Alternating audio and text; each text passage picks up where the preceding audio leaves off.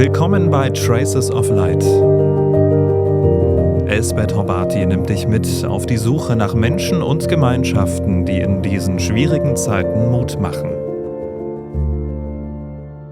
Zum ersten Mal, seit ich im September mit diesem Podcast begonnen habe, verspürte ich in dieser Woche eine Mischung aus Respekt und Angst vor dem Unbekannten. Ich reiste von Londrina, einer Stadt mit 600.000 Einwohnern, nach São Paulo, einer Metropole mit 25 Millionen Menschen. Während der 7-stündigen Busfahrt hatte ich reichlich Zeit, darüber nachzudenken, wie sich wohl 25 Millionen unbekannte Menschen anfühlen würden. Meine Gedanken kreisten um die vielen Warnungen, die ich erhalten hatte. Wie könnte ich es vermeiden, dass ich bereits schon am Busbahnhof überfallen würde? Um auf alles vorbereitet zu sein, hatte ich 2 Adressen auf meinem Handy gespeichert. Falls mir das Handy auch gestohlen würde, hatte ich zur Sicherheit noch eine Kopie im Rucksack. Aber was, wenn auch dieser verschwindet? Die Vorstellung, mit 70 alleine und halb blind an einem weltfremden Busbahnhof zu stehen, ohne die Sprache wirklich zu verstehen, war etwas beängstigend.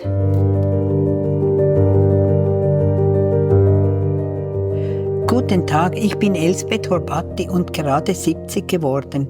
Eine Augenkrankheit lässt meine Sehkraft zunehmend verblassen und ich mache mich auf die Suche nach Menschen, die neue Wege gehen, nach Gemeinschaften, die Hoffnung machen. Mit den Erinnerungen an meine Zeit als Journalistin, Mutter und Beobachterin dieser Welt lade ich dich ein, mich auf dieser Reise zu begleiten.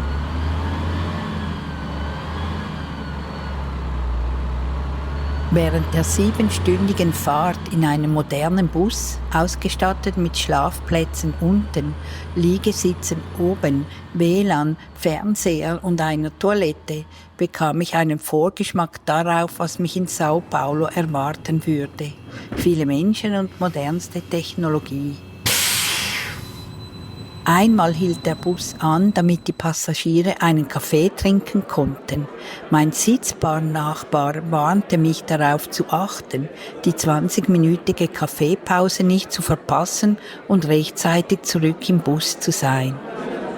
Also stürmte ich hinaus, fand mich jedoch in der hypermodernen und technologisierten Haltestelle kaum zurecht. Man musste einen Chip lösen, um die Station zu betreten, mit demselben Chip auch die Toilette benutzen, dann anschließend beim Kaffee holen wieder verwenden und schließlich beim Verlassen wieder auschecken. Alles roch nach starkem Putzmittel und nach Pommes frites. Vor lauter Angst, den Bus zu verpassen, hastete ich durch diese Welt und war schon nach 5 Minuten wieder zurück auf meinem Sitz.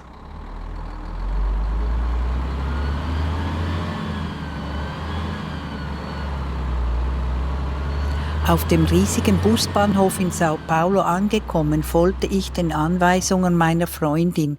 Geh ganz nach hinten, dann geh die Brücke hoch, überquere die Brücke, dann den rechten Ausgang nehmen, ganz rechts und dann wieder links. Und wow, da stand sie tatsächlich und winkte mir zu. Tinas Scott, eine Fotografin, die ich vor 30 Jahren ein paar Wochen bei mir in der Mexico City gelebt hatte. Unglaublich, dass wir uns trotz meiner Sehprobleme sofort wiedererkannten und noch unglaublicher, dass es sich anfühlte, als hätten wir uns erst gestern gesehen.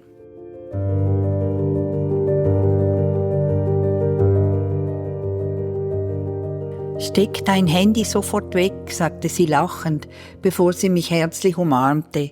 Wir fuhren an Hunderten von Hochhäusern vorbei, die alle gleich sahen. Ein Ort wie der andere.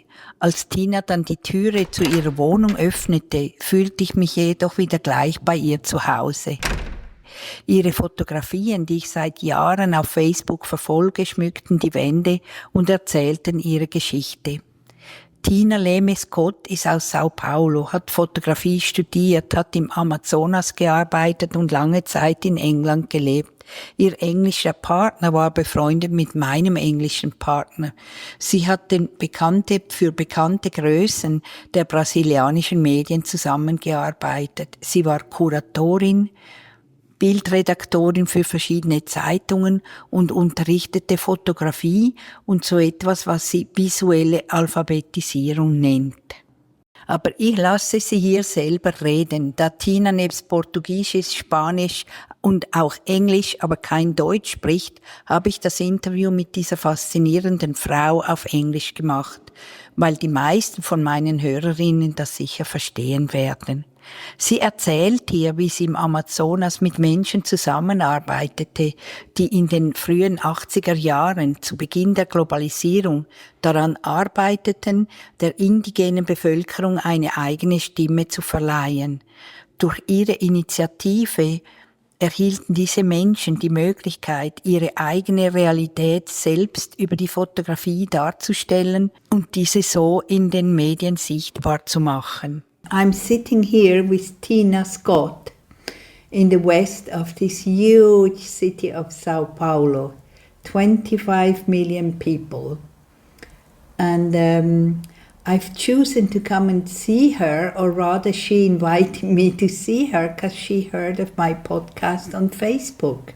We met about 30 years ago, the last time in Mexico when I was a radio journalist there, and she visited with her English husband our home.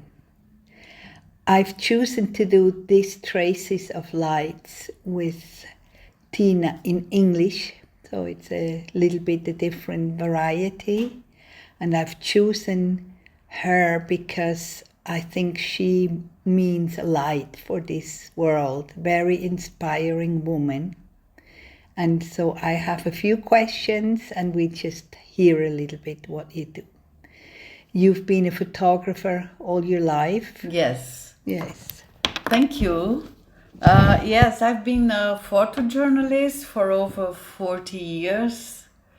And I'm from São Paulo, and I'm now based in São Paulo, but I lived and worked in the Amazon and also in the UK, where I was a correspondent photojournalist. Mm-hmm.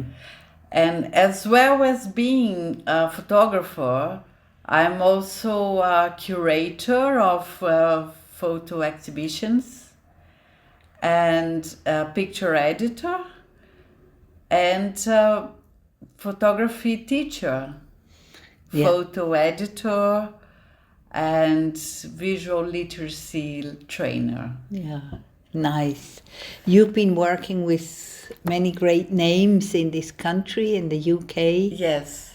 But what I'm really interested to know is a bit about your work you've done, where you've been teaching children or youth to do their own photography. Why do you think it important that young people learn to do photography? Well, two reasons. The beginning of my work as a teacher of photography was in the Amazon during the late 80s, when the world started talking about globalization and the computer was coming up everywhere, people beginning to have computers in their house.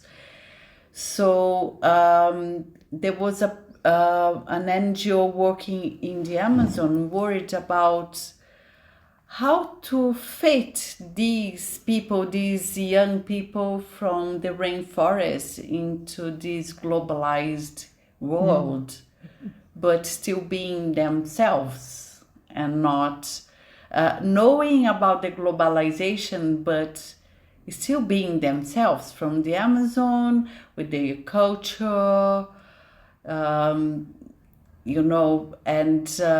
and showing themselves to this globalized world, and they shouldn't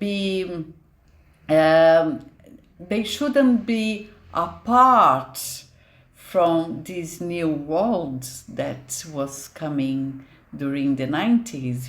They had the right to have computers and to talk by themselves. did you manage to do that? Yes, we started. I went there to train the young people on photography because we thought they should know about like journalism, communication, how to communicate to the world about them. We wanted to set up a huge communications community where they could communicate between the communities through photography, through video, and through newspapers. So we set up, at that time, they used to write down the articles, and exchange all this information between the communities. And in this piece of paper with the writings, with articles, we would put some pictures as well, and started training them to make video stories about themselves, they themselves talking about themselves. So that's how I started, teaching photography in the late 80s in the Amazon. And why do you think, what makes a difference when you take a picture of a person there and they take pictures of themselves? Yeah, because, when I take a picture of them, it's always my way of viewing them, looking them. When they themselves portray themselves, they show what they want to show, and as what they are, and what they want people to see on themselves, on their culture, on their place of living, And later on, with the smartphones, everyone started having access to photography, and social media, everyone posting, photography taken by mobile phones or cell phones. I thought it was important for these kids to tell the world who they are, and to also to take nice pictures, because people had the idea that to take nice pictures you would have to be on the seaside, on the sunset, but you can show beauty anywhere. So I saw there the importance of them developing this skill of taking a good picture, but also showing themselves how they live. In the favelas, I was working on schools near the favelas, and showing that there is beauty as well in their way of living. Are you still in contact with some of these people, or not so much? Well, through the social media, because we started following each other. So sometimes I see their pictures, and they see my pictures. So through the social media. But another thing that I incentivated to do was for them to tell really their stories, little stories. So, this is my house, that's how we cook, this is the kind of food we eat, and have these exchanges of people from different parts of Brazil, knowing about each other, because Brazil is a huge country. So there are different cultures within the country. The people from the south of Brazil are very different from the north of Brazil, different food, different climate. So I thought it would be very nice if they themselves tell their stories. Can you remember one of them? One story that maybe stick out particularly? Yes, because when I was doing this in São Paulo, on the outskirts of São Paulo, in the favelas, I was doing in a school, and I asked them what would they like to show to the world about them. And one of them said, I would like to tell people that in the favela there are workers. And not because people think that in the favelas they have only drug dealers and criminals. And no, most of the people in the favelas are workers. And that's what I want to show and tell them. Very good. Yeah, so that was very interesting, very touching. Yeah. And how did they do that? We set up groups between them with themes, and each group would would tell a story within that theme. So their parents' job, and they would portray the parents going to the job, going to work. How would they go to work? How long it takes to go to work? What their works are. Others would like to show how they have fun, so different aspects of their daily life. That's what each group worked on these different themes. Interesting.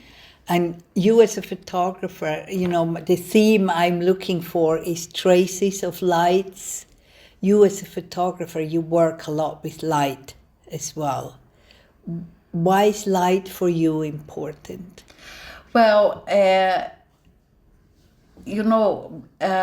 what I always started working with them, the visual literacy.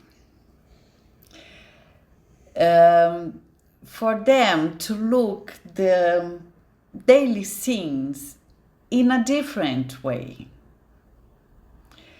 Because what is important in light is that sometimes when we are in our routine, we don't see interesting things that are in our path. We do that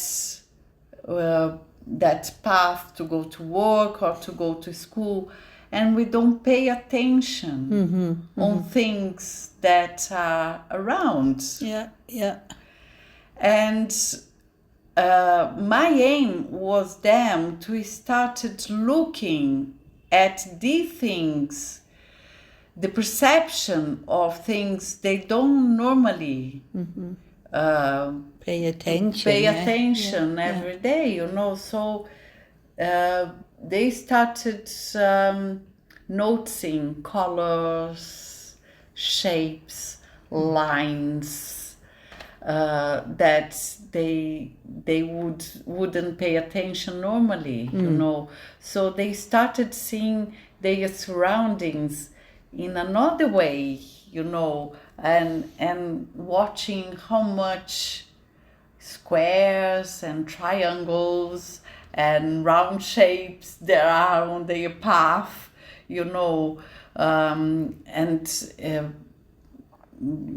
seeing the colors, you know, and then they said, oh, there is a house. I noticed they've changed the color of one of the walls, you know. And so you start seeing the world in a different way, you know.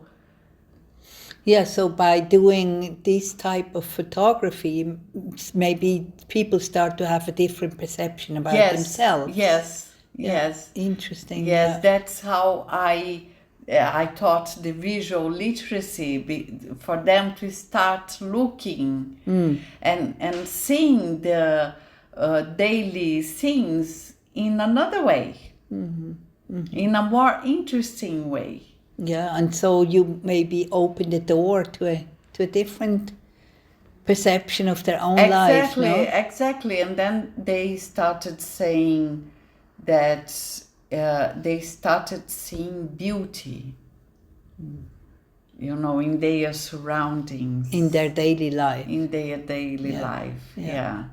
And taking very interesting pictures, you know. I like to say making picture because when you make something, you think about it, you plan it, and when you take it, you just take it, you know. So that's why I prefer to say to make pictures. And so maybe for this podcast, you can be that sort of inspiration that we start to look in our everyday life. Where is something else? Where is beauty in small things? Yes, I hope so. Because start looking at your surroundings. How many lines, straight lines, curved lines, crooked lines you have?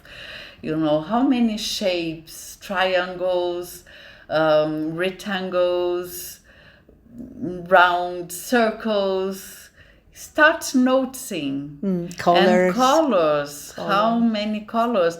Start taking pictures, not only from your point of view of your eye, but step into a chair and go a little bit higher to take that picture, or go close to the floor and see how many things you can observe from looking down or looking higher. Exactly. Yeah, it's interesting. Thank you very much, Tina. I think you've been a true inspiration for my Podcasters listening. I hope so. Thank you. Tina lädt meine Zuhörerinnen ein, selbst auszuprobieren, wie es ist, alltägliche Dinge mit neuen Augen zu betrachten. Wie viele Linien entdecken wir in unserem Zuhause? Welche Farben nehmen wir wirklich wahr? Auf diese Weise kann sich unsere Sicht auf die Welt verändern und vielleicht erweitern. Am nächsten Tag sind wir in das Museum der Geschichte von Brasilien mit dem Namen Ipiranga gefahren. Nebst all den historischen Bildern mit Königinnen und Königen aus Portugal und dem Prunk, den sie damals aus Europa mitgebracht haben, gibt es seit 2 Jahren, wo das Museum renoviert wurde, auch etwas, was sie Contrapuntos nennen. Es ist eine Sammlung von Videos, wo die indigene Bevölkerung ihre eigene Geschichte erzählt. Seit mehreren Jahren hat auch der brasilianische Kongress indigene Abgeordnete.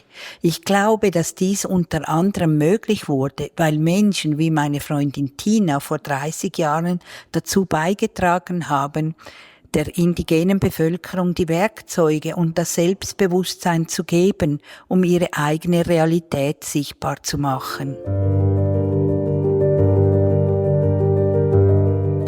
Heute bin ich in dieser enormen Stadt weiter nach Süden gefahren. Das Büro der Schweizer NGO, wo ich einen Workshop halten soll, liegt 2 Stunden Autofahrt entfernt. Noch immer ist es in São Paulo. Doch die Häuser sind hier niedriger, einfacher und das Einkommen geringer. Mein früherer Arbeitskollege Di Cialba wird mir seine Arbeit mit Kindern hier zeigen. Auf dem langen Weg dorthin komme ich ins Gespräch mit dem Fahrer des Uber-Auto. Ich höre seine schöne Musik am Radio. Er erklärt mir, dass ich auch in der Schweiz ein bisschen Brasilien mitnehmen kann, wenn ich hier am Internet oder dort am Internet 89.7 Radio Novo Brasil höre. Rádio Nova Brasil 89.7. Puedo escuchar donde? Internet? Escutar na internet.